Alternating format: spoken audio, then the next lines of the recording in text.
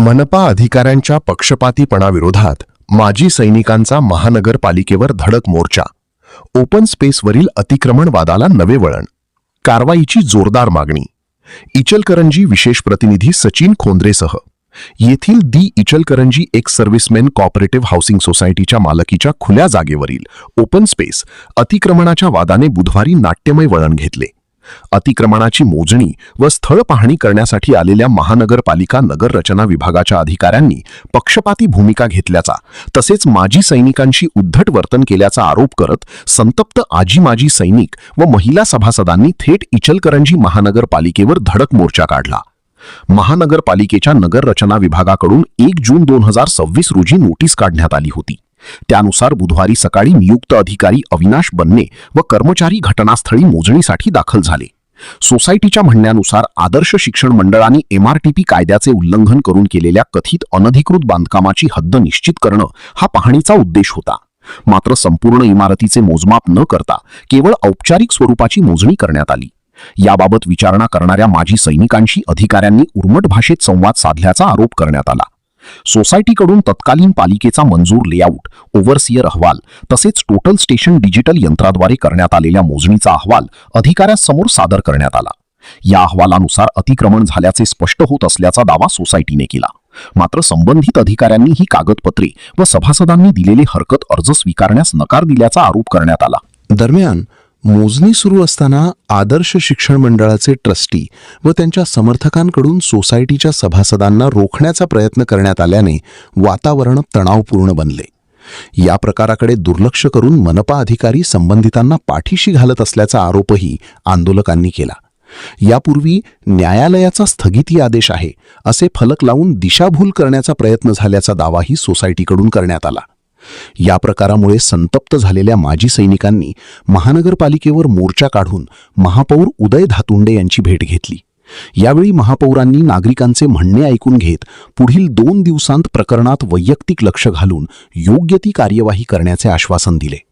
त्यानंतर उपायुक्त मांडवलेकर यांनाही निवेदन देऊन संबंधित कर्मचाऱ्यांवर कारवाई करावी तसेच महाराष्ट्र प्रादेशिक नगररचना अधिनियमातील संबंधित तरतुदींनुसार अतिक्रमण हटविण्याची मागणी करण्यात आली.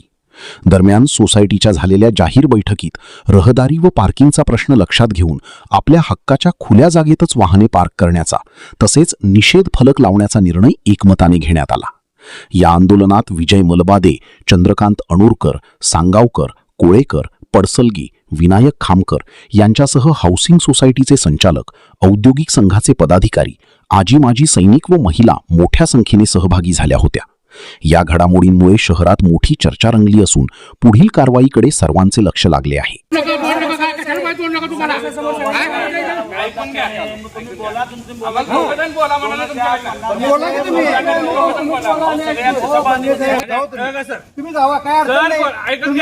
तुम्ही बोलला म्हणून मी सांगवलं का तुम्हाला एवढं 2 मिनिट सांगतो. हे सभासद लोक काय जमल्या जिथं काय मुद्दे द्यायची कळावं म्हणून तुम्ही 2 मिनिटात सांगा. नाही सांगू शकत तर तुम्ही जाऊ शकता. झालं बोलणं. मी एवढंच तुम्हाला म्हटलं फोन पण 2 जण बोला, एवढी सगळीजण बोला.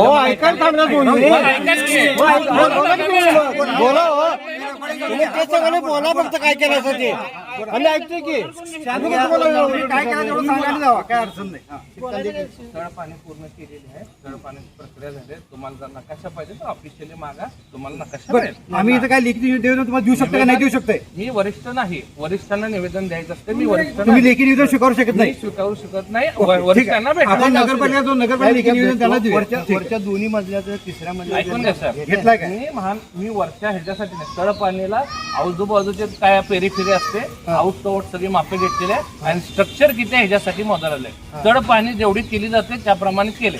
मी त्या जागेची मोजणी करायला पूर्ण आलेलो नाही. त्याची मोजणी जेव्हा जे होईल त्याची परमिशन आहे का नाही, प्रोसेस नंतर कागदपत्र बघायला मी आलो नाही. स्थळ पाणीचं काम आहे, मी स्थळ पाणी केली आहे, मी चाललो. कागदपत्र कुठले तपासणार नाही तुम्ही? ऑफिशियली रेकॉर्डवर आहेत, ज्या गोष्टी त्याप्रमाणे प्रोसेस होईल ठीक आहे पण ह्याचं पण recording नाही सर. करणार.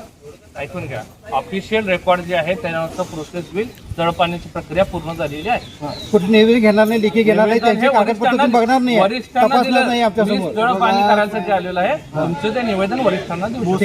जेवढं काम सांगितलं तेवढं केलं तरी. साहेबांना भेटूया.